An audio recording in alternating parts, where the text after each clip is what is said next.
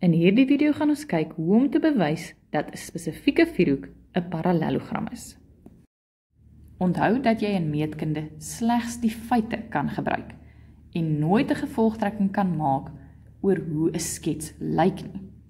So alhoewel mens byvoorbeeld graag wil sê dat hierdie 'n reghoek is, kan ons dit slegs doen as ons die feite het om dit te staaf.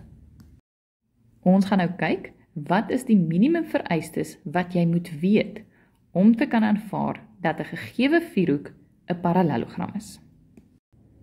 Daar is verskillende maniere om te kan bewys dat 'n vierhoek 'n parallelogram is. En die eerste hiervan is om die definisie van 'n parallelogram te gebruik. As jy kan bewys dat albei pare teenoorstaande sye parallel is daardie vierhoek 'n parallelogram. Jy kan ook bewys dat albei pare teenoorstaande sye gelyk is. Of jy kan hierdie twee eienskappe kombineer en bewys dat een paar teenoorstaande sye parallel en gelyk is. Of as jy weet dat albei pare teenoorstaande hoeke ewe groot is, kan jy ook aanvaar dat dit 'n parallelogram is. En laastens, as jy kan bewys dat die twee hoeklyne mekaar halveer, is dit ook 'n parallelogram. Kom ons gaan kyk na 'n voorbeeld hiervan. Voorbeeld 1. In vierhoek ABCD is AB gelyk aan BD wat gelyk is aan DC.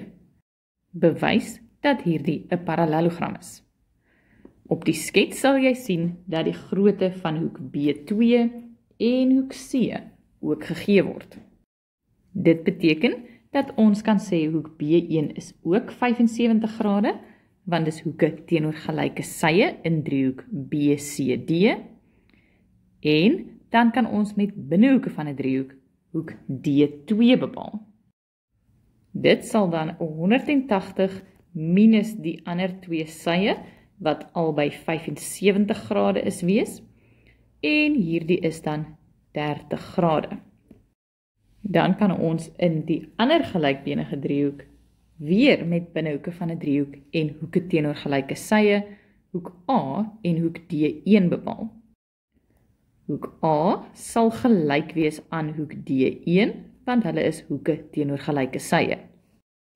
Twee van hierdie hoeke, saam met hoek B2 se 30 grade, moet dan 180 grade maak om die binnehoeke van die driehoek te vorm.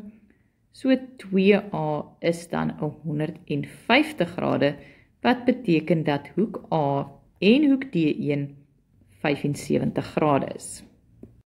En nou kan jy sien dat die teenoorstaande hoeke presies gelyk is, en dit is een van die opsies van hoe om te bewys dat 'n vierhoek 'n parallelogram is. Daarom gaan ek nou sê dat hoek A gelyk is aan hoek C, want albei is 75 grade, en hoek D is net so groot soos hoek B, want albei bestaan uit 'n 30 en 'n 75 grade hoek, en is dus 105 grade. Nou kan ons die gevolgtrekking maak dat ABCD 'n parallelogram is, en my rede hier gaan wees twee pare teenoorstaande hoeke gelyk. Voorbeeld 2. In die skets is ABCD en ABDE parallelogramme, en BD is net so lank soos DF. Bewys dat BCFE ook 'n parallelogram is. Uit die feit dat ons oranje vierhoek 'n parallelogram is, kan ons sê dat AB net so lank is soos DC, want dit is die teenoorstaande sye van daardie parallelogram. Net so kan ons in die blou parallelogram ook sê dat AB gelyk is aan ED. Nou kan jy sien dat ED dan ook net so lank is soos DC. As ons nou ons fokus verskuif na vierhoek BCFE, wat ons 'n parallelogram moet bewys, kan ons nou sê dat die hoeklyne mekaar halveer. Want ons is gegee dat BD net so lank is soos DF en ons kan bewys dat ED so lank is soos DC. En hoeklyne wat mekaar halveer is een van die opsies van hoe om te bewys dat 'n vierhoek 'n parallelogram is. Nou moet ons dit stelselmatig neerskryf.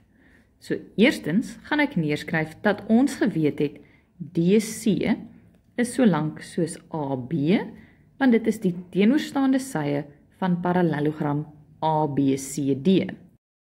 Wanneer daar meer as een opsie van vierhoek is wat jy kan gebruik, is dit 'n goeie idee om die vierhoek se naam by die rede te gee.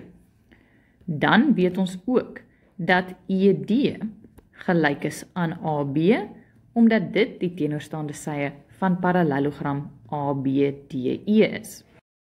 En omdat albei sye gelyk is aan AB, kan ons die gevolgtrekking maak dat DC dan gelyk is aan ED. Ons weet ook dat BD net so lank is soos DF, want dit was vir ons gegee. En daarom kan ons dan sê dat BCFE definitief 'n parallelogram is. En ons rede vir hierdie gevolgtrekking is dat die hoeklyne mekaar halveer.